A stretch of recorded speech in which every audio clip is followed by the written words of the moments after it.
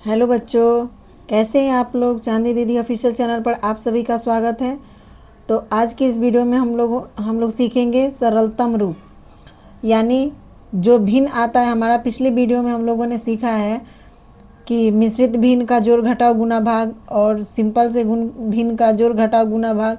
तो जब हम भिन्न का जोड़ घटाव गुना भाग निकाल लेते हैं तो उसके लास्ट में हमें जो आंसर निकलता है उसका हमें सरलतम रूप निकालना पड़ता है। सरलतम रूप यानी उसको काटना पड़ता है। जब तक उसको काट के उसका सरल रूप, उसका आसान रूप नहीं दे देते हैं तब तक उसका आंसर नहीं होता है। तो वही सरल रूप कैसे निकालेंगे, उसका सरलतम रूप भिन्न का जो है सरलतम रूप कैसे निकालेंगे, आज उसको हम लोग बहुत ही अच्छे से, बहुत ही आसान तरीके से और बहुत ही मतलब पूरा जानकारी के साथ आज हम लोग सीखेंगे सरलतम रूप। यूट्यूब पे बहुत सारे वीडियो पड़े होंगे लेकिन उसमें आप लोगों को सिर्फ काटना सिखाया जाता होगा, लेकिन आज हम क्यों काटे, काटने का मतलब क्या होता है, कैसे उसे पहचाने, उसका आसान तरीका क्या होता है, सबसे आसानी से कैसे काटे, इन सारे टॉपिक पे आप लोगों से आज बात करेंगे और सरलतम रूप निकालना बहुत ही आसान कर देंगे आप लोगों के लिए। तो चलिए बने रहिए हमारे साथ वीडियो में। चलिए वीडियो को कंटिन्यू करते हैं। आप लोग वीडियो तो देखते हैं लेकिन चैनल को सब्सक्राइब नहीं करते हैं, तो प्लीज़ चैनल को सब्सक्राइब कर लीजिएगा। आपके सब्सक्राइब करने से हम मोटिवेट होते हैं और अच्छे से आप लोगों को पढ़ाने की कोशिश करते हैं। तो प्लीज़ चैनल को सब्सक्राइब ज़रूर से कीजिएगा और लाइक कीजिएगा, कमेंट भी ज़रूर कीजिएगा। और आप लोगों को अगर क्लास पसंद आए तो अपने दोस्तों में, साथियों में ज़रूर से ज़रूर शेयर कीजिएगा। तो चलिए वीडियो को कंटिन्यू करते हैं। तो देखिए, पहला टॉपिक है सरलतम रूप निकालने का, कि सरलतम रूप का मतलब क्या होता है। यानी जब हमारे पास भिन्न होता है तो उसको निकालने का मतलब क्या होता है, क्यों नहीं हम उसे वैसे ही छोड़ देते हैं। तो उसे निकालने का मतलब ये होता है कि मतलब देखिए, उस भिन्न को इतना आसान कर देना, इतना छोटा कर देना कि उसके बाद वो भिन्न फिर दोबारा ना कटे, इतना उसका छोटा रूप दे देना। उस भिन्न का इतना छोटा रूप दे देना कि वो फिर दोबारा ना कटे, वही होता है भिन्न का सरलतम रूप। तो चलिए देखते हैं, एक एग्जाम्पल भी हमने आप लोगों के लिए रखा है। तो देखिए, मान लीजिए हमारे पास भिन्न है, तो बोल रहा है कि सरलतम रूप का मतलब क्या होता है। तो सरलतम रूप अभी हमने आप लोगों को बताया कि इतना छोटा कर देना कि फिर दोबारा ना कटे। तो चलिए देखिए, इसको काट लेते हैं। तो ये 2 से कटेगा कितनी बार में, 3 बार में, और ये भी 2 से कटेगा कितनी बार में, 4 बार में। अब ये आया आपका 3 और 4। और देखिए, अंश और हर दोनों एक ही संख्या से कटना चाहिए। 2 से हमने 6 को भी काटा, 2 से हमने 4 को भी काटा। तो देखिए, अब ये 3 और 4 हो गया। क्या आपको दिख रहा है कि ये 3 और 4 फिर से कटने वाला है? नहीं कटने वाला है। तो यही आपका क्या हो जाएगा, सरलतम रूप। 3/4 आपका क्या हो जाएगा, सरलतम रूप। तो सरलतम रूप का मतलब यही होता है। चलिए दूसरा टॉपिक है, मतलब 4-5 टॉपिक से हम सरलतम रूप को क्लियर कर देंगे। फिर आपको कहीं भी कोई भी परेशानी नहीं होगी कि सरलतम रूप क्या होता है, उसको क्यों करना पड़ता है। हम सारे टॉपिक्स इसी वीडियो में कंप्लीट कर देंगे। तो चलिए दूसरा टॉपिक है अपना, काटना ज़रूरी क्यों होता है। क्यों नहीं हम इसको ऐसे ही छोड़ देते हैं। मान लीजिए कि ये किसी भिन्न का हमारा जोड़ बनाए, घटाव बनाए भिन्न का, और उसका आंसर आ गया हमारा 4/8। तो क्यों नहीं हम इसका मतलब उसका जो आंसर होता है ऐसे ही छोड़ देते हैं, क्यों हम उसे काटते हैं, काटना ज़रूरी क्यों होता है। तो देखिए, हम बता रहे हैं आपको कि काटना ज़रूरी क्यों होता है। क्योंकि अगर हम भिन्न को नहीं काटेंगे, भिन्न को नहीं काटेंगे तो ये आगे चल के फिर कहीं ना कहीं ये दिखने लगेगा कि ये कटने वाला है, ये कटने वाला है। अगर इसको देखे चाहे इसको देखे, ये दोनों ही बराबर है, ये दोनों ही बराबर है। तो इसको हम काट देते हैं तो ये हमारा क्या हो जाता है, आसान हो जाता है। अगर हम इसको यहीं पे छोड़ दें और आगे मान लीजिए कि हमको कहीं आगे चल के जोड़ना हो, चाहे गुना करना हो, चाहे भाग करना हो, तो फिर ये थोड़ा सा आपको डिफ़िकल्ट लगने लगेगा। इसलिए हम इसको क्या कर लेते हैं, छोटा कर लेते हैं। हाँ, एक बात और होता है कि छोटा करने का मतलब ज़रूरी क्यों होता है छोटा करना। तो जब भी आप एग्ज़ाम देते हैं, पेपर देने जाते हैं किसी भी क्लास का, तो अगर आप ये आंसर लिख देंगे ना तो ये कहीं ना कहीं थोड़ा सा गलत हो जाएगा। गलत तो पूरी तरह नहीं होगा लेकिन ये गलत हो ही जाएगा। एग्ज़ाम में बोला जाता है कि आपको आंसर का सरलतम रूप लिखना है, इसलिए हमें शुरू से ही बताया जाता है कि कभी भी अगर ऐसा भिन्न आए जो कट रहा हो तो उसको काटना ज़रूरी ही है, इसलिए हमें काटना पड़ता है। तो देखिए, हमने इसको काट दिया। अब देखिए कैसे दोनों एक ही रूप है। अब जब दोनों एक ही संख्या से कट रहा है, ये 4 भी आपका, ये 4 कट जाएगा 4 से, और सॉरी ये 4 कट जाएगा 4 से एक बार में। 4 से अगर 4 को काटेंगे तो एक बार में कट जाएगा, और 4 से 8 को काटेंगे तो ये 2 बार में कट जाएगा। तो 1/2 क्या हो गया हमारा आंसर, 1/2 आंसर हो गया। तो काट दिए तो ये आसान हो गया। अब आपको एग्ज़ाम के पेपर में आंसर ये लिखना पड़ेगा, ना कि आप ये लिख के छोड़ देंगे। ये भी लिख सकते हैं, लेकिन ये आंसर उतना सही नहीं होगा जितना कि आंसर आपका ये सही होगा। तो इसलिए बच्चों को शुरू से ही काटना बताया जाता है कि उसको काट देना है। जब कट रहा है तो उसको काट देना है, नहीं कट रहा है तो कोई बात नहीं है, लेकिन कट रहा है तो उसको काट देना है, इसलिए काटना ज़रूरी होता है। अब देखिए, अब मान लीजिए कि हमारे पास कोई भिन्न आ जाए, जैसे कि आपका 10/8 ये भिन्न आ जाए आपके पास मतलब ये आंसर आ जाए। अब कैसे पहचानेंगे कि ये भिन्न कटेगा, कैसे पहचानेंगे? मान लीजिए कि सारे बच्चे तो उस लेवल के होते नहीं है कि जिनको पता चल जाए देख के कि हाँ ये कटने वाला है। तो उन बच्चों के लिए मतलब कैसे ये वो बच्चे कैसे पहचाने कि ये भिन्न कटने वाला है?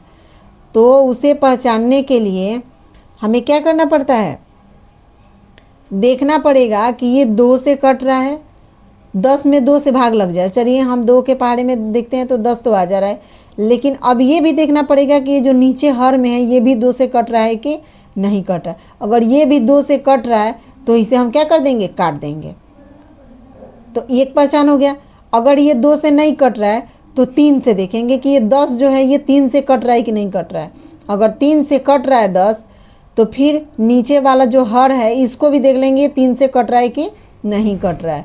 तो फिर इसको क्या कर देंगे, काट देंगे। तो 3 से देखने के बाद क्या करेंगे, 3 का पारा पढ़ लेंगे, ये भी आ जाएगा, 3 का पारा पढ़ लेंगे, ये भी आ जाएगा, तो कट जाएगा आसानी से।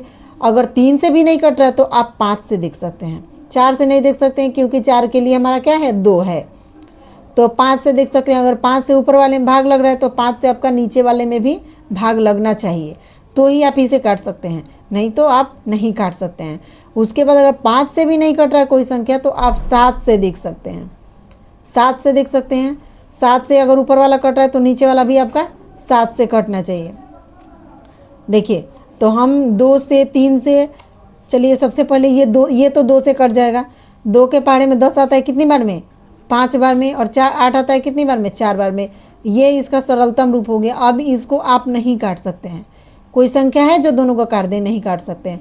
अगर 3 वाला हो तो जैसे मान लीजिए कि यहाँ पे ऊपर में 3 हो और नीचे में 9 हो, तो ऊपर वाला तो 3 से कट जाएगा। तो आप देख लेंगे जब 3 से ऊपर वाले में भाग लग रहा है तो आप देख लेंगे कि 3 से नीचे वाले में भाग लग रहा है कि नहीं लग रहा है। तो 3 का पहाड़ा पढ़ेंगे और देखेंगे 9 आ रहा है कि नहीं, तो 9 आ जा रहा है, तो इसको भी क्या कर देंगे, 3 से 3 काटेंगे एक बार में और 9 काटेंगे 3 बार में। तो ये इसका सरलतम रूप हो गया। अब 1/3 को आप नहीं काट सकते हो। उसके बाद आता है अगला आपका 5। 5 से कैसे देखेंगे, तो देखिए उसके लिए मान लीजिए कि ऊपर में आपका क्या है, 10 है और नीचे में 20 है। तो ऊपर वाले में देखिए अगर 2 से नहीं कट रहा है, 3 से नहीं कट रहा है, तो हम तो 5 से ट्राई करेंगे ही। तो 5 से देखेंगे, नहीं तो ये तो 2 से कट जाएगा। चलिए हम दूसरा ले लेते हैं। ये यहाँ पे हम ले लेते हैं आपका 15 और नीचे में 20। तो ऊपर वाले में देखेंगे ये तो 3 से कट जाएगा ऊपर वाला। पहले 2 से आप देखोगे, फिर 3 से देखोगे। तो 3 से देखोगे तो ऊपर वाला तो कट रहा है, 15 3 बार में 5 बार में कट जाएगा 15 3 से। लेकिन अब फिर नीचे वाले भी तो देखोगे तो 3 से नीचे वाला तो कटेगा नहीं। तो फिर आप क्या करोगे, 3 को भी छोड़ दोगे। 3 को छोड़ दोगे तो क्या बचा, 5। तो 5 से देखेंगे कि 15 कितनी बार में जा रहा है, तो 3 बार में, और 20 कितनी बार में जा रहा है, 4 बार में। तो ये आपका आंसर हो गया 3/4। अब 3/4 को आप नहीं काट सकते हो। तो देखिए उसके बाद है आपका कि 7 से कटेगा कि नहीं कटेगा। 7 से वो भिन्न कटेगा कि नहीं, तो उसके लिए आपको देखना पड़ेगा कि मान लीजिए कि ऊपर है 11 और नीचे है 77। अगर ऐसा आंसर आ गया तो आप देखोगे कि ये 2 से 11 कट रहा है कि नहीं, नहीं कटेगा, आप छोड़ दोगे। 3 से कट रहा है कि नहीं, नहीं कटेगा, तो भी आप छोड़ दोगे। 5 से देख लोगे, नहीं कटेगा, तब क्या करोगे आप, 7 से, सॉरी यहाँ पे ये 7 नहीं होगा, 11 नहीं होगा, 14 होगा। 7 से देखोगे तो 7 से 14 तो कट जाएगा कितनी बार में, 2 बार में। तो फिर ये 2 बार में कट गया 7 से, तो नीचे वाला भी तो देखोगे कि 7 से 77 कट रहा है कि नहीं, तो 7 से 77 कट जाएगा कितनी बार में, 11 बार में। तो ये आपका आंसर हो गया क्या, 2/11। तो आप आंसर में 14/77 नहीं छोड़ सकते हो। अगर वो कट रहा है, अगर आप चेक कर लो कि ये कट रहा है, तो आपको काटना ही पड़ेगा, किसी भी हालत में आपको उसको काटना ही पड़ेगा। तो हमने 3 से, 2 से, 5 से, 7 से सभी संख्याओं से काटना सिखा दिया आपको कैसे पहचाने। तो इसी प्रकार आपसे पहचान सकते हैं आप लोग। उसके बाद वाला टॉपिक है आपका 4 नंबर की जल्दी पहचानने की ट्रिक। अब देखिए, अब कैसे पता करेंगे कि मतलब ये जो संख्या है, ये जैसे मान लीजिए कि ये आपका 10/15 है, कैसे आप पहचानोगे कि ये संख्या कटने वाली है। तो उसके लिए हम क्या करेंगे, अंश के इकाई स्थान पर देख लेंगे और हर के इकाई स्थान पर देख लेंगे। अगर अंश के इकाई स्थान पर 0, 2, 4, 6, 8 हो तो वो 2 से कट जाएगी। तो अब अगर ये 2 से कट जाएगी तो आप नीचे वाला भी तो देखोगे। तो अगर नीचे वाले में भी, अगर हर में भी इकाई स्थान पे 2, 4, 6, 8 हो तो आप इसे 2 से काट सकते हैं। अगर दोनों की इकाई स्थान पर 0, 2, 4, 6, 8 ना हो तो आप क्या करेंगे, 3 से ट्राई करेंगे।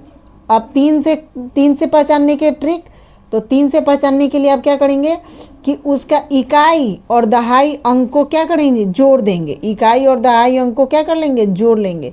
तो इकाई दहाई अंक क्या है, 0 और 1, 0 और 1 जोड़ेंगे तो क्या आएगा, 1। 5 और 1 जोड़ेंगे तो क्या आएगा, 6। अगर इकाई और दहाई अंक को जोड़ने के बाद नीचे वाले और ऊपर वाले दोनों को अगर योगफल में 3 से भाग लग जाए, अगर योगफल में 3 से भाग लग जाए दोनों को जोड़ने के बाद, तो आपका क्या होगा, ये 3 से कट जाएगा। तो चलिए हम देख लेते हैं योगफल वाला। तो 1 में 0 जोड़ देंगे तो 1 हो जाएगा, आप 5 में 1 जोड़ देंगे तो 6 हो जाएगा। तो 1 नहीं कटेगा लेकिन 6 कट जाएगा। तो 1 को नहीं कटने देना है, जब तक दोनों नहीं कटे आप उसको क्या कर सकते हैं, नहीं काट सकते हैं। तो 2 से भी ये नहीं, ये 2 का जो विभाज्यता का नियम है उसको भी संतुष्ट नहीं कर रहा है, 3 को भी दोनों संतुष्ट नहीं कर रहा है, 1 कर रहा है 1 नहीं कर रहा है। तब क्या करेंगे, हम 5 को देखेंगे। तो 5 से विभाज्यता का नियम होता है कि इकाई स्थान पर 0 हो या 5 हो, इकाई स्थान पे 0 हो या 5 हो। तो ये देखिए इकाई स्थान पे यहाँ पे 0 है और यहाँ पे क्या है, 5 है। तो अब इसे कह सकते हैं कि ये 5 से दोनों कट जाएगा, 5 से दोनों क्या हो जाएगा, कट जाएगा। 5 से 10 जाएगा 2 बार में और 15 जाएगा 3 बार में। तो ये 2 क्या हो जाएगा, 3। तो ऐसे आप आसानी से पहचान सकते हैं कि ये भिन्न कटने वाला है या नहीं कटने वाला है। ठीक, चलिए अब 5वां नियम देख लेते हैं। 5वां नियम है सबसे आसान तरीका सरलतम रूप निकालने का। तो सबसे आसान तरीका, अगर ऊपर वाला चारों आपको समझ में नहीं आ रहा, उस टाइम पे आपको आंसर निकालना अगर समझ में नहीं आ रहा, तो सबसे आसान तरीका आप क्या कर लेंगे, इन दोनों का HCF निकाल देंगे। तो इन दोनों का HCF निकाल के हम दिखा देते हैं आप लोगों को। इन दोनों का HCF निकालेंगे, 15 का और 18 का। तो देखिए ये दोनों कौन सी संख्या से कट जाएंगे, ये दोनों कटेंगे। 2 के पहाड़ में ये दोनों आएंगे नहीं, HCF में दोनों कटना जरूरी होता है। 2 के पहाड़ में ये दोनों आएंगे नहीं, 3 के पहाड़ में आएंगे, ये दोनों 3 के पहाड़ में आएंगे। तो 3 से 15 कितनी बार में जाएगा, 5 बार में। और 18 कितनी बार में जाएगा, 9 बार में। 3 से 18 कितनी बार में जाएगा, 6 बार में, 6 बार में जाएगा। अब देखिए, अब ये कोई ऐसी संख्या नहीं है जो इन दोनों को क्या करे, काट दे। कोई भी ऐसी संख्या नहीं है जो इन दोनों को काट दे। तो अब हम क्या करेंगे, इसका HCF क्या आ गया, 3। अब हम 3 से यहाँ पे दोनों में भाग लगा देंगे। वैसे तो ऊपर का चारों जो मतलब तरीका है वो चारों ही सही है, लेकिन अगर बड़ी से बड़ी संख्या हो, बहुत बड़ी संख्या हो, उसके लिए ये जो नियम है ये सही होगा, उसके लिए ये नियम सही होगा कि आप एलसीएम निकाल के देख सकते हैं। नहीं तो बाकी ऐसे क्वेश्चन पे, ऐसे आंसर पे तो वो जो चारों नियम है वो भी लागू हो सकता है। तो चलिए 3 आ रहा हमारा HCF, तो HCF से क्या कर देंगे, भाग दे देंगे। 3 से भाग देंगे 15 बार में, कितनी बार में जाएगा, 5 बार में। और 3 से 18 में भाग देंगे तो कितने बार में जाएगा, 6 बार में। तो ये आपका आ गया 5/6 सरलतम रूप। अब 5/6 को आप नहीं काट सकते हो, इसके बाद 5/6 को आप नहीं काट सकते हो, यही हुआ आपका सरलतम रूप। तो आज का टॉपिक आप लोगों को कैसा लगा, अच्छे से समझ में आया कि नहीं आया, आप लोग कमेंट में ज़रूर बताइएगा और वीडियो को फुल वॉच कीजिएगा। तो चलिए वीडियो को यहीं पे एंड करते हैं। Thank you. जय श्री राम।